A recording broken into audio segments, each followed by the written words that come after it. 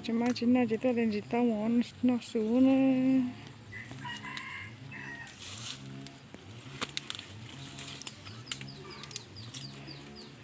Ở đây đến chỉ tao muốn nó nữa.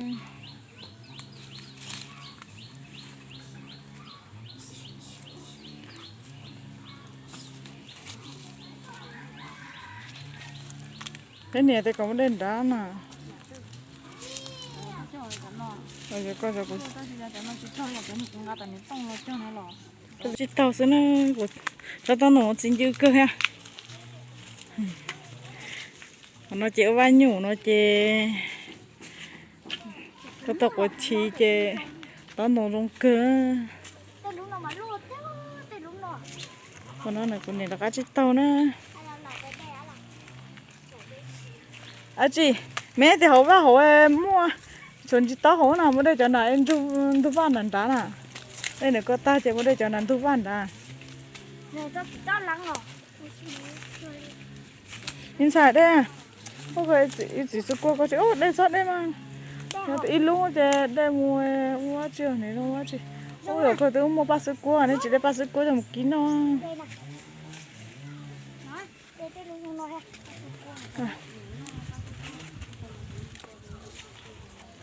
Yêu ba sữa cua thì cá nó mua. Chỉ cần拿顿底摸找的只拿多了没？ Mình chỗ này chính cái nó mà giờ tên nên cái á chị. Cái nó là cái tập phía tôi. Đây mà. Ví dụ các bạn cái lúa ấy, ít lúa ấy, nó giờ tôi đây, ba sữa cua.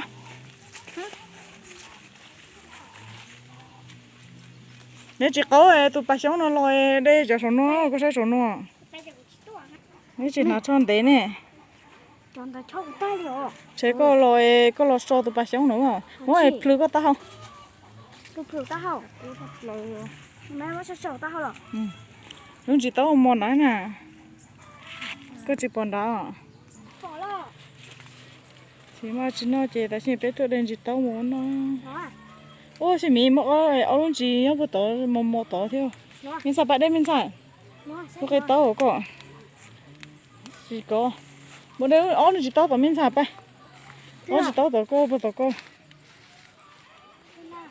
Đó. Bữa tối đó, vài tuần tới rồi đó.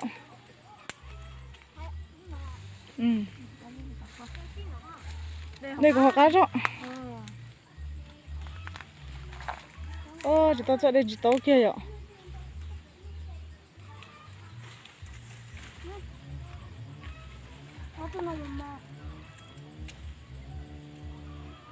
Của vậy đây cho nó không vàng ha.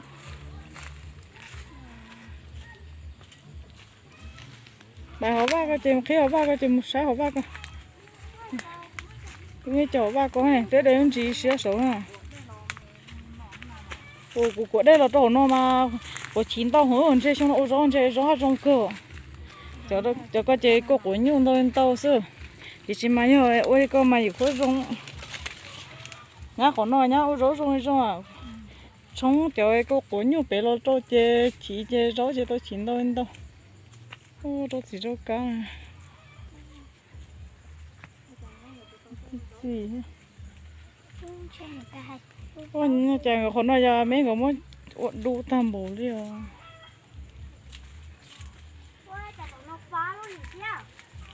Có coi nếu chỉ để chỉ sức của tao nó đấy chỉ sức của tao thế nó tao ăn xài đấy giá nó rồi có nó rồi nên chỉ có đây cho tao cái mỏ cân á hả đây cơ ở đây lúc có thể để cho em đi liên này hả để cho đi liên này hả để cho liên có thể để ăn chín tí đó hả ở đây lúc bé lúc thế để cho nó rốn hay để cho nó rốn nó nè để cho nó chỉ giờ tao có để ăn gì hả đen tao ý à phải có hai ăn lộ đen chín tí hả nó mà mất thua giả này thì đen chỉ sức qua tới chỉ ta này có chỉ chú chỉ tao một món số nó nên giờ chỉ chưa rồi chỉ tao một số này chỉ đây à mẹ có nào một nó hả? Trời có cái tao hả? Đi tâm đi tiếp cái tao á. Đừng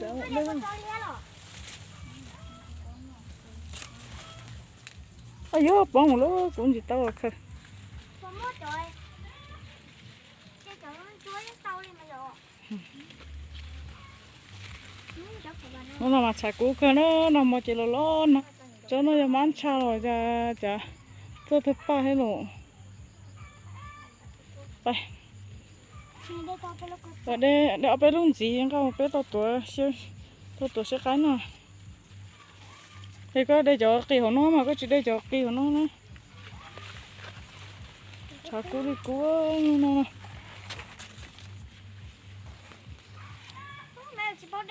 Đây cho họ lọt đây cho kỳ cho nó. Ừ.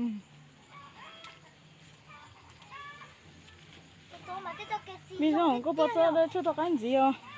Cô cháu mà rung. Chào người ta uống nó cho nó cho rung câu mà mấy giờ. Mình ta uống nó chỉ rong ô cho nó yêu mắm cha là yêu ăn chi rồi chua chi. Đây cô cháu được rồi cô cháu đã nè. Ô cho được cái mà mò đi tiêu. Cho được cái nó chỉ tôi chỉ chỉ trong đi tiêu liền.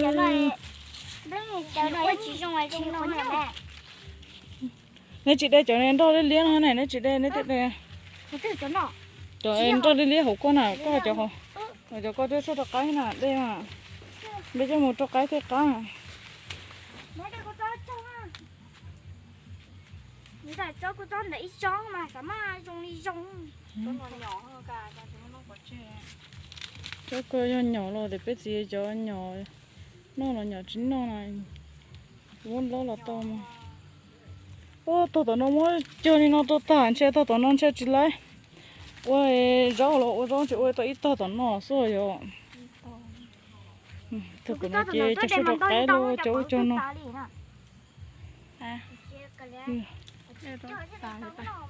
Ô này tự đây cho nên chỉ sức của nó chỉ hú này mình xài. Chỉ sức của để ba sức của này chỉ xí ba sức của rồi. Chỉ lâu.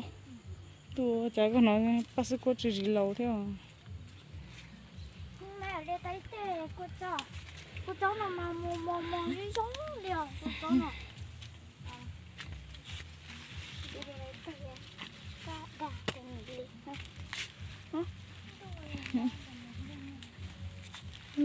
Chỉ nó bông được không ta, cái của chị tao tiền cái mấy giống hả? Được cái tên của cô cháu. Chị tao tiền cái liền. Cái gì mà mua của như tao muốn nói gì? Cho lụt lò nó cho mò luôn nha. Cho lụt lò đi. Đây tôi cho cái nào của nó thế là ít tu thôi chị đây chị là bay. Nãy chỗ nó như chị chơi đi mua khơ. Nãy giờ mua khơ à không phải dùng mua chỉ dùng cái chỉ tháo tép bả đi rồi. Mua khơ. Cục gì lỗ liệp á là nó đây là nó. Nó cho nó. Chế cho nó theo bên nó xuống nó mà chín nó ngó cho cái có sai để chụp ngắm một bé vào trong cái.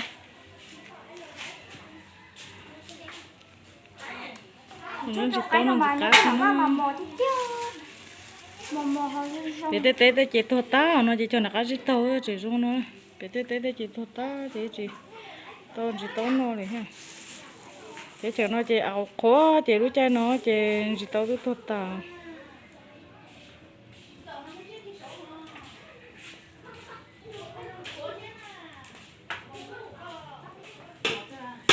Một tí ta lại nên tay mà mi cho nó ta xem mi sẽ rõ chứ mình sẽ cá sẽ trộn tờ nữa cá sẽ trộn tờ là nó mình là bắt ta xem mi qua su bên nó đó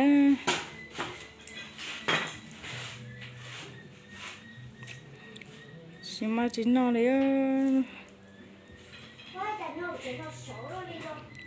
nó chỉ một cái mỏ chè tao kiếm khử nhẹ chè rồi nhẹ cơ chúng mình nhẹ vừa chín nó đi là sơ thì các bạn chỉ tao tôi chả chỉ là nó nữa bây giờ chờ nó chè áo khóa thế à bị phê chè ô rau là chỉ trong thôi ha rau chỉ trong chè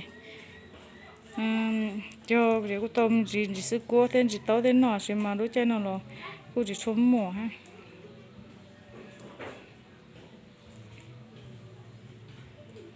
bây giờ chỉ có các thao chỉ làm mà thế này nó thắt thay nó đi cho nên có sai nó thọ này cho sai lò thọ này là chỉ bún nó bây giờ chỉ có thay chỉ là thay thế này nó hậu nó nên nó thay thế này cũ nó cho rồi nên tôi sai thế này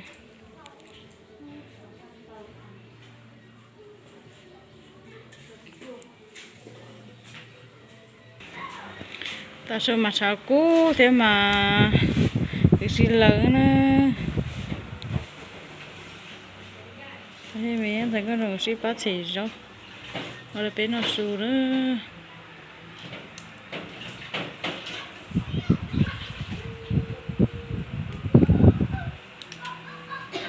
của chị nhớ cho bác sĩ của nó liền thì tàu nữa nó có sự cố theo chỉ tàu sẽ sợ thay đó họ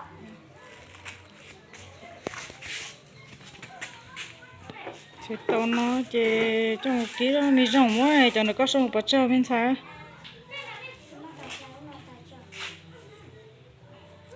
nó có lại tao mới cho có sông bờ treo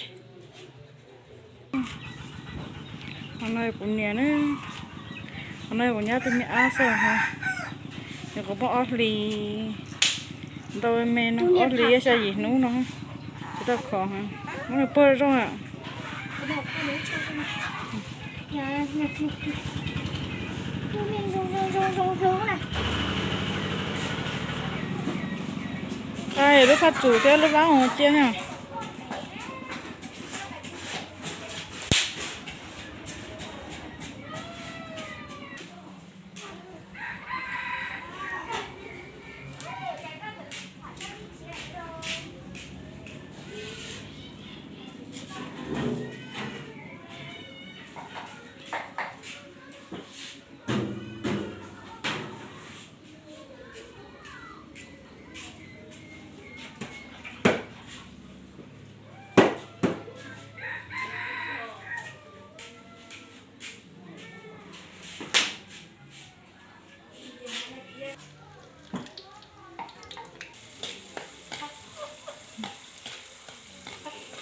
nó chỉ trốn tôi của này lúc chỉ trốn tôi hơn nữa cái kia ra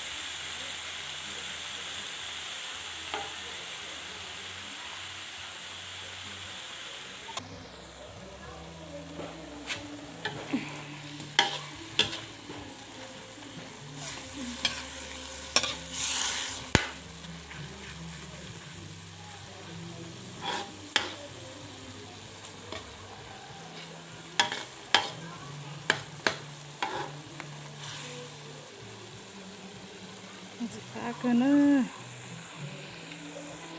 cái chín nó nó rau chỉ muốn cá sơi nữa tới cho nó được phần nhiều chỉ muốn nhiều cá sơi là nó rau nữa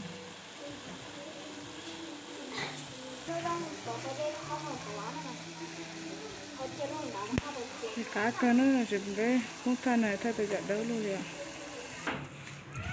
tôi mò nữa chị đó nó bên nồi kia nó chặt phi chứ nè mình nhá là chị lỡ hoa chị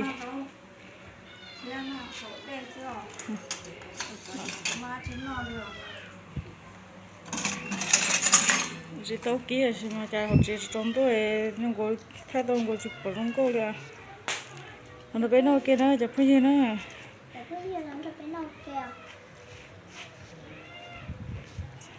sai cái chỗ phi nó có nọ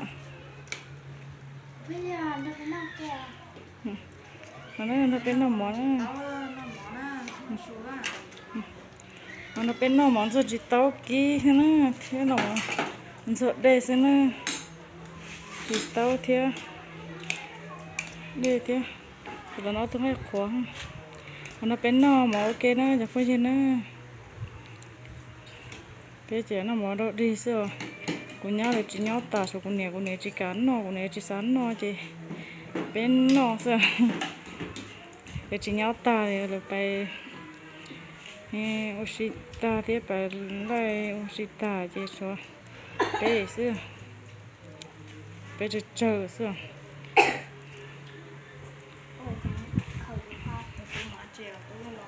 thì tôi phải oxy từ theo tôi muốn săn đồ còn nó bên nó ok nó thì khi nó chỉ cái thay là cho chơi nó sẽ bên mà sinh chỉ rồi là khi chế nó mà nhớ trong này cho nó